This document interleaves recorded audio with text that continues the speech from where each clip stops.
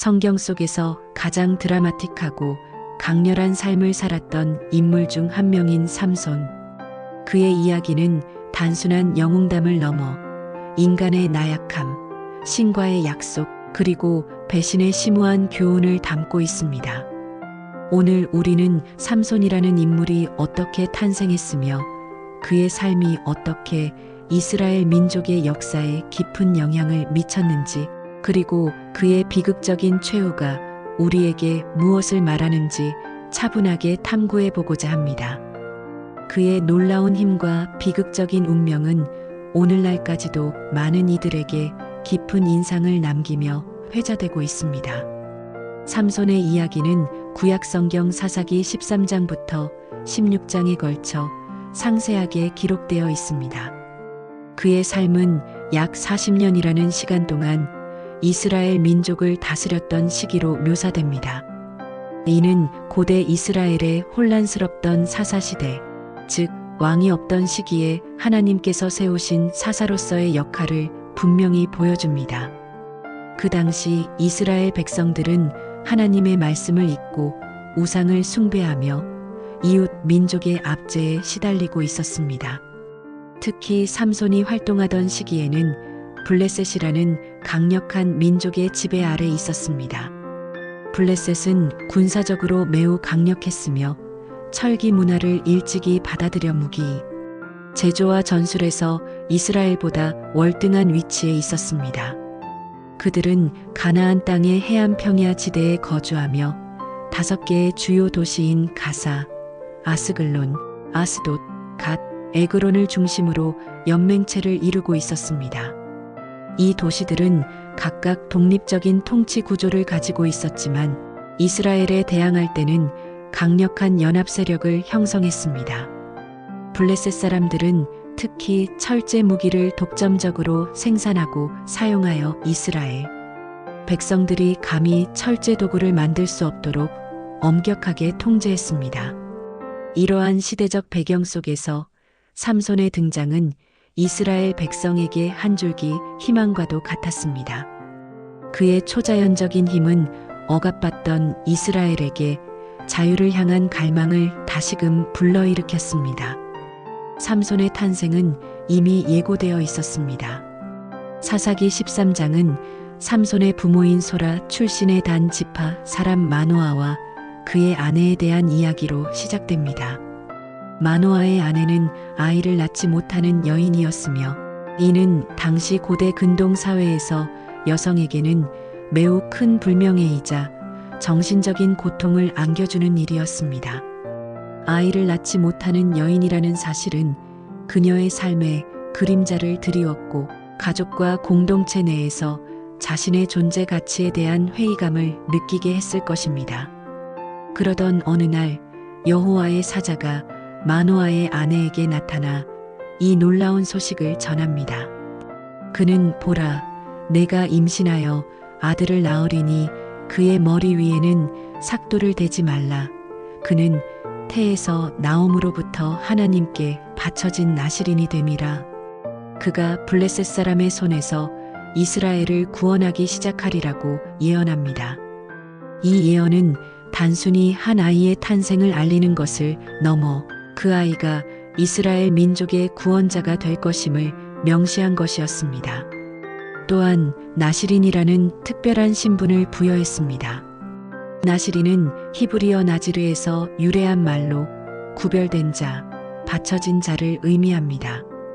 이는 하나님께 특별히 서원하여 일정 기간 혹은 평생 동안 구별된 삶을 살기로 맹세한 사람을 일컫습니다.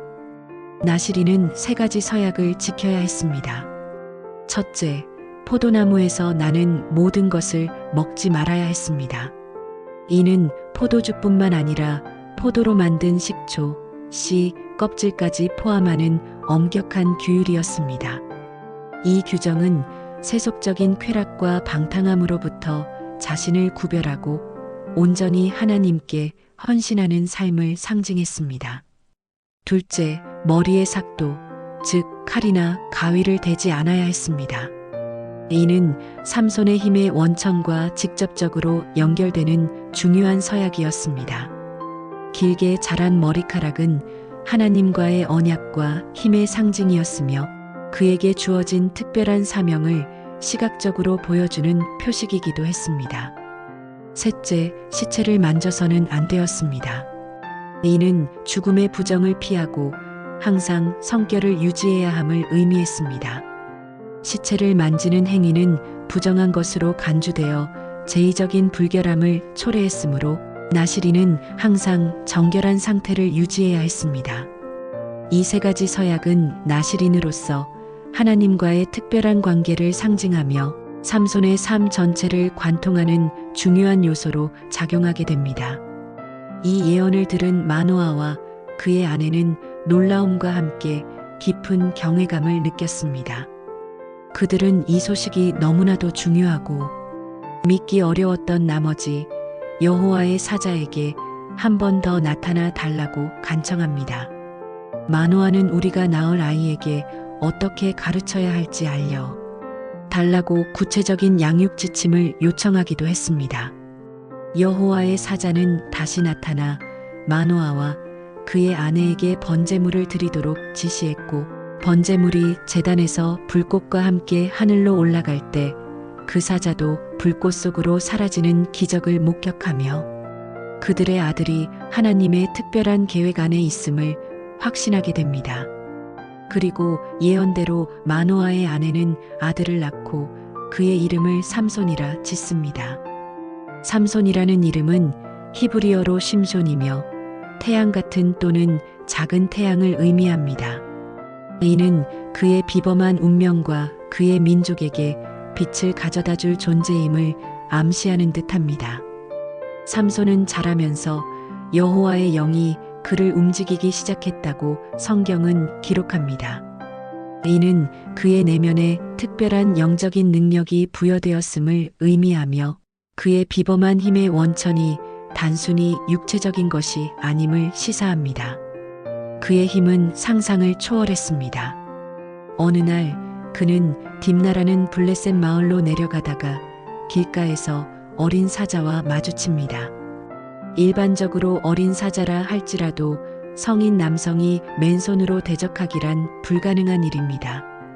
현대 성인 남성의 평균 근력으로 사자를 제압하는 것은 상상조차 할 수 없는 일입니다. 그러나 성경은 삼손이 여호와의 영에게 크게 감동되어 마치 염소 새끼를 찢는 것처럼 그 사자를 맨손으로 찢어 죽였다고 묘사합니다.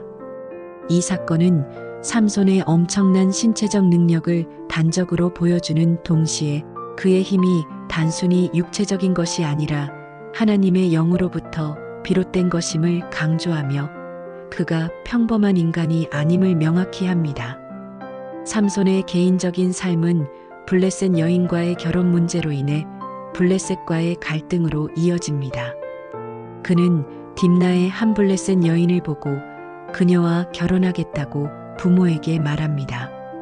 부모는 이스라엘 딸들 중에서 아내를 찾으라고 만류했지만 삼손은 자신의 뜻을 굽히지 않았습니다.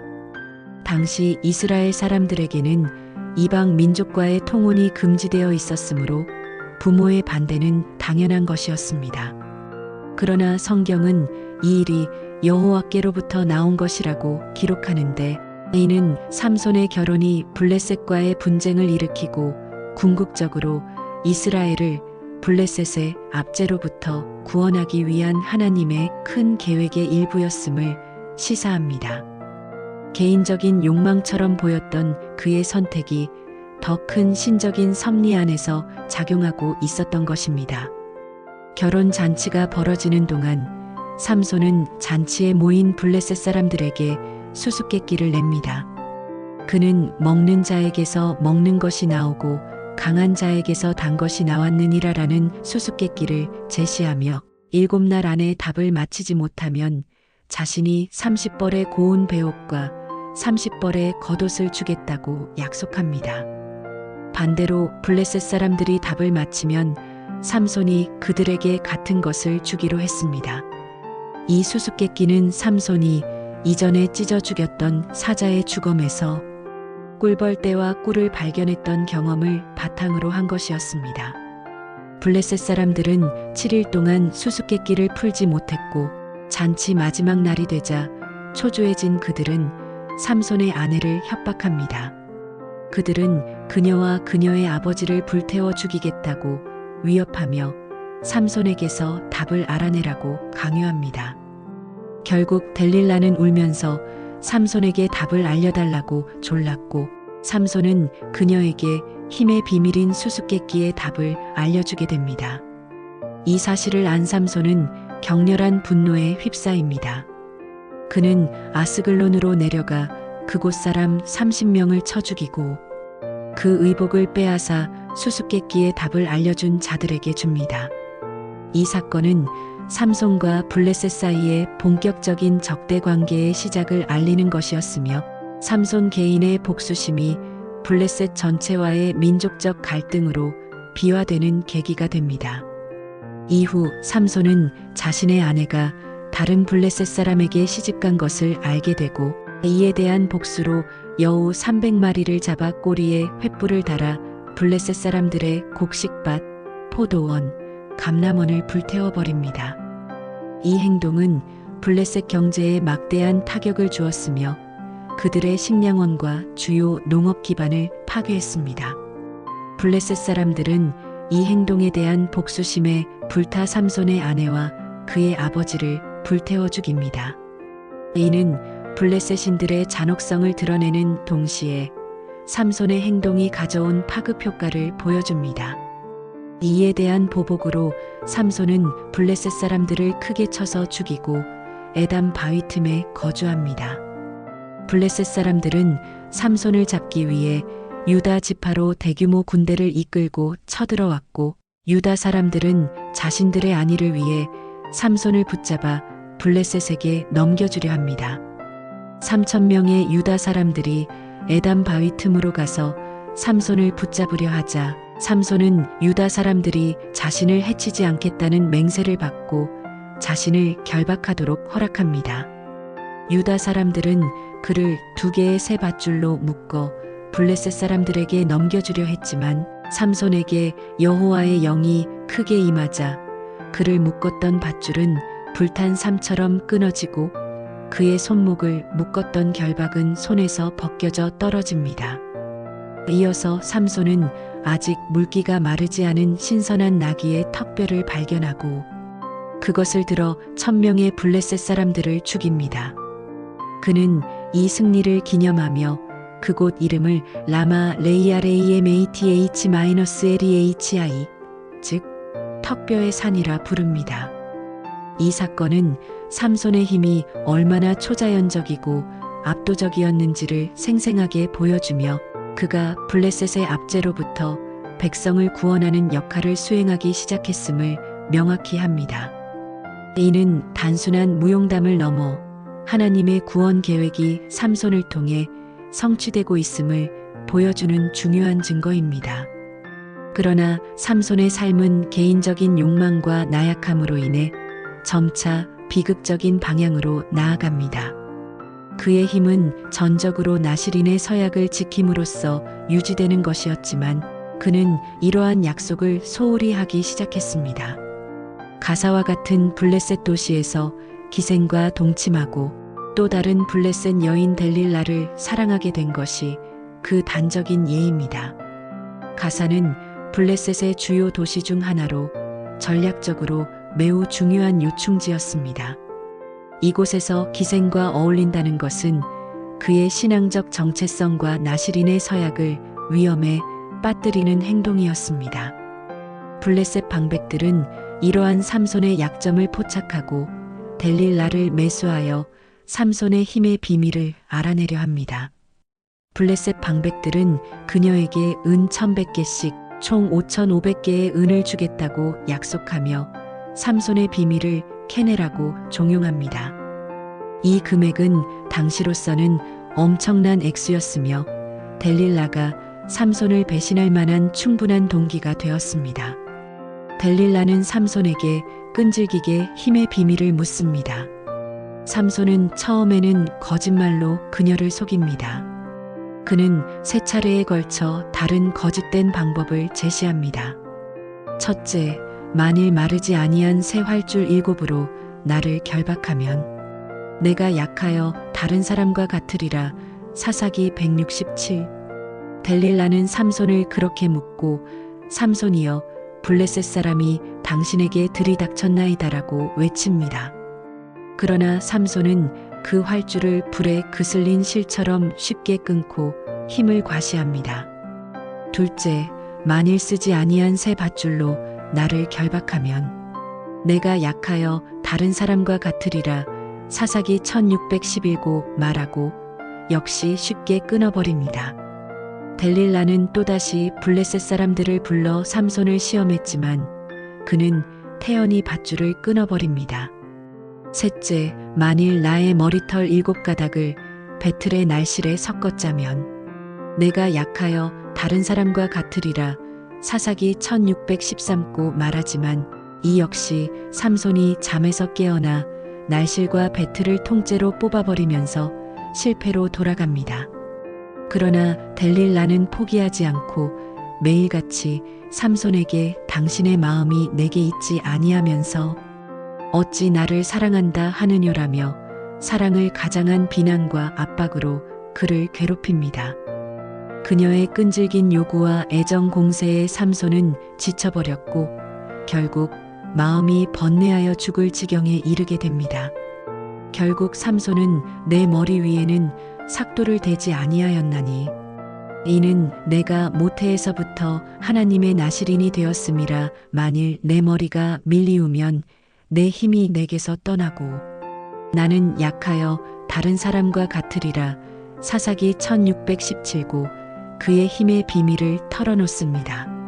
삼손이 델릴라에게 이 비밀을 말했을 때 이는 나실인 서약 중 가장 중요한 머리카락을 자르지 않는다는 약속을 위반할 위험을 감수하는 행위였습니다. 그는 이미 여러 차례의 경고에도 불구하고 델릴라에 대한 사적인 감정에 사로잡혀 신성한 약속을 저버리는 중대한 실수를 범한 것입니다.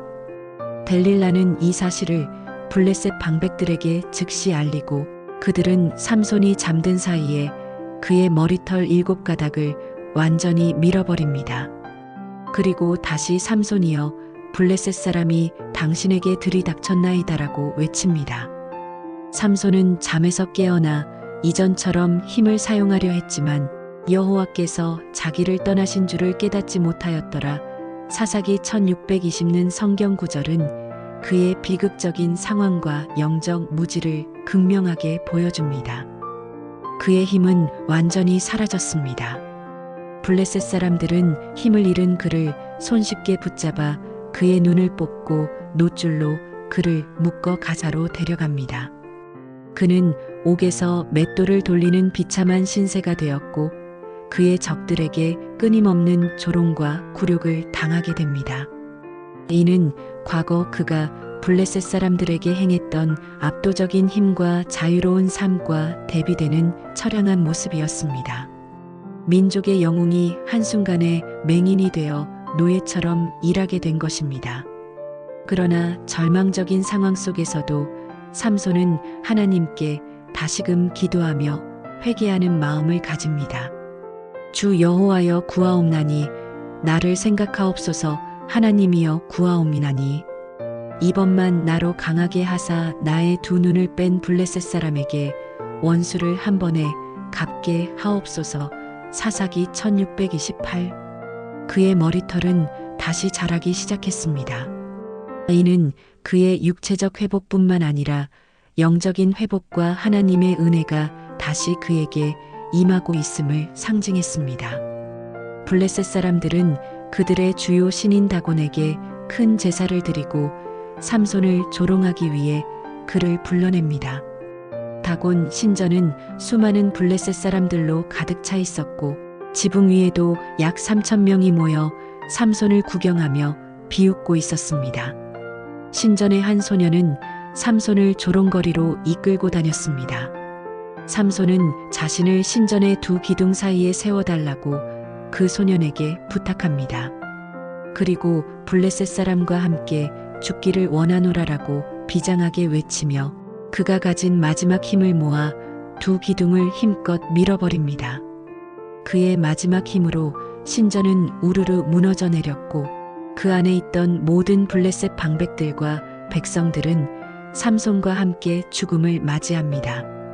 성경은 이때 삼손이 죽인 자의 수가 그에 살았을 때 죽인 자보다 더 많았다고 기록합니다. 삼손의 죽음은 비극적이지만 동시에 이스라엘 민족에게는 블레셋에 대한 큰 승리와 통쾌한 복수를 안겨주었습니다. 이는 블레셋의 지배력을 크게 약화시키는 결정적인 사건이 되었습니다. 그의 형제들과 온 가족이 내려와 그의 시신을 수습하여 소라와 에스다올 사이에 있는 그의 아버지 마노아의 묘에 장사합니다. 삼손은 약 20년 동안 이스라엘의 사사로 활동하며 블레셋의 압제로부터 백성을 구원하는 역할을 수행했습니다. 삼손의 이야기는 우리에게 많은 교훈을 줍니다. 첫째, 하나님의 은혜와 부르심은 인간의 약점에도 불구하고 임할 수 있다는 것입니다. 삼손은 초인적인 힘의 상징이었지만 동시에 자신의 정욕과 감정에 이끌리는 나약한 인간이었습니다. 그는 수없이 많은 실수와 죄를 저질렀음에도 불구하고 하나님은 그를 사용하여 이스라엘을 구원하기 시작하셨습니다. 이는 하나님의 선택과 구원 계획이 인간의 행위적 완벽함에 의존하는 것이 아니라 하나님의 주권적인 뜻에 달려있음을 보여줍니다. 둘째, 하나님의 약속을 지키는 것의 중요성입니다. 나실인 서약은 삼손의 힘의 근원이자 하나님과의 관계를 상징하는 것이었습니다. 그가 이 서약을 어김으로써 힘을 잃고 비극을 맞이했지만 비록 잠시였을지라도 서약을 어긴 결과는 치명적이었습니다. 그러나 그는 마지막 순간에 회개하고 다시 힘을 얻어 사명을 완수했습니다. 이는 약속의 중요성과 동시에 회개를 통한 회복의 가능성을 보여줍니다. 셋째, 인간의 선택과 자유의지가 어떤 결과를 초래할 수 있는지에 대한 경고입니다. 삼손은 여러 차례 나실인의 서약을 어길 수 있는 유혹에 직면했고 결국 델릴라에게 비밀을 발설하는 치명적인 실수를 저지릅니다. 그의 이야기는 개인의 선택이 민족 전체의 운명에 얼마나 큰 영향을 미칠 수 있는지, 그리고 자유의지가 항상 현명하게 사용되는 것은 아님을 명확히 보여줍니다. 삼손의 일생은 영광과 비극이 교차하는 드라마틱한 서사입니다.